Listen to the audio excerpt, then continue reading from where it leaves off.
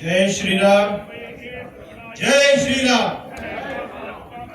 ఇక్కడ ఉన్నవాళ్ళు అందరూ కూడా హిందుత్వవాదులే అని నేను నమ్ముతున్నాను.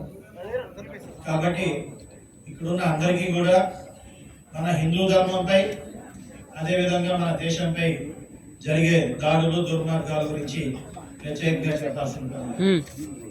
అయితే హిందూ అనే ఇక్కడున్న పెద్దలు చాలా మంది వెనక మీరు పట్టుకోవాలి, దొంగలు వెనక. హిందూ అనే పదంని, హిందూ అనే వారిని చూసే దృష్టికోణము రెండు విధాలుగా ఉంది. ఇప్పుడు చూపిస్తాను. ఒకటి స్వార్థపరులు, చెడ్డవారు, వారి గురించి నేను ఇప్పుడు ప్రస్తావన చేయను. రెండు మంచివారు,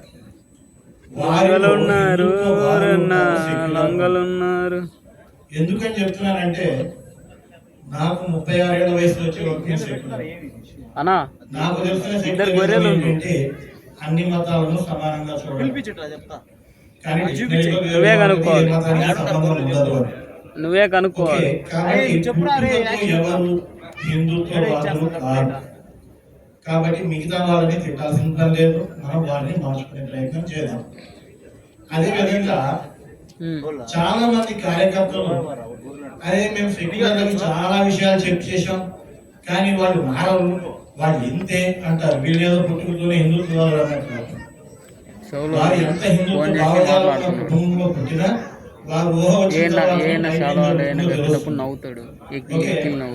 చిన్న విషయం కల్వరి సతీష్ అనే ఒక వ్యక్తి ఉన్నాడు, గుంటూరు జిల్లా నంబూరులో ఉంటాడు.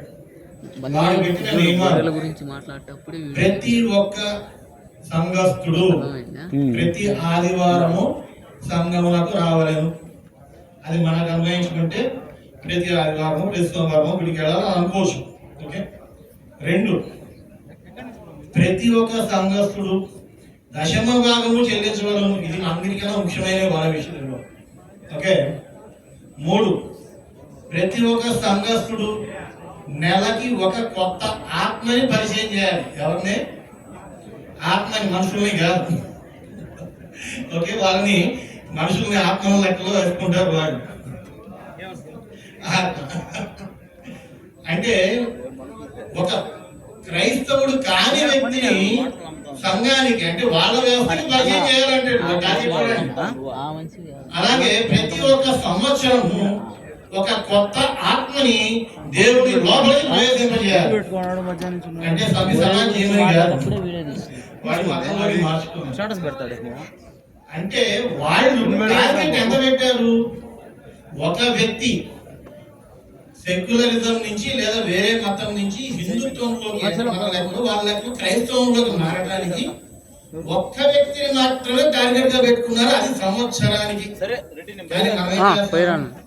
కనబడే ప్రతి ఒక్కరికి చెప్పుకుంటా పోతాం, వాళ్ళు మారలేదు. అంటే వాళ్ళకు ఉన్న ఓపిక మనకి లేక మన హిందువులు మారరు అని మనమే భ్రమపడుతూ వాళ్ళని తిట్టుకుంటూ వాళ్ళని మార్చే ప్రయత్నం అనేది దానికన్నా తక్కువ చేసుకుంటాం. కాబట్టి మనం ప్రయత్నం అనేది సరిగా చేయాలి.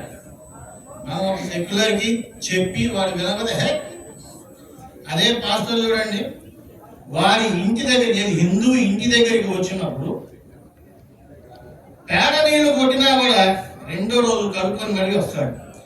అదేంటండి అంటే దేవుడు వాక్యాన్ని ప్రచారం చేయమన్నాడండి, అంతేగాని పేడ నీళ్లు కొట్టాడు ఇంకెళ్ళొద్దని చెప్పలేదని అంటాడు. రోడ్డు మీద నుంచొని మైక్ తీసుకుని కేకలు పెడతా ఉంటాడు, ఒక్కడు ఉంటాడు అక్కడ. అదేంటంటే వాక్యాన్ని చెప్పమన్నాడండి, విన్నాడో లేదో, దేవుడు మమ్మల్ని అడగడం లేదు, చూడడం లేదు. భగవద్గీతని తూచా తప్పకుండా పాటించేది హిందువులు కాదు, క్రైస్తవులు. ఎందుకంటే దేవుడు ఏం చెప్పాడో వాళ్ళు చేస్తున్నాడు, కానీ మనం ఫలితం ఆశిస్తూ పనిచేస్తున్నాం. నిష్కామ కర్మ. ఫలితం ఆశించకుండా మన ప్రయత్నం మనం చేద్దాం, ఆటోమేటిక్ గా ఫలితం అదే వస్తుంది. జై హింద్. ధన్యవాదాలండి హిందశక్తి ప్రసాద్ గారు. పెనుగొండ దుర్గా ప్రసాద్ గారు దయచేసి రావాలి ఒకసారి, ఒక నిమిషం సార్. అందరూ లైన్కి రండి, ఫోటోలు అడ్డం పడుతున్నారు, వెనక్కి వెళ్ళండి. అందరూ ఒక లైన్లో రండి. ఇక్కడే ఉంటారు స్వామీజీ, ఎంతసేపు అయినా ఇక్కడే ఉంటారు.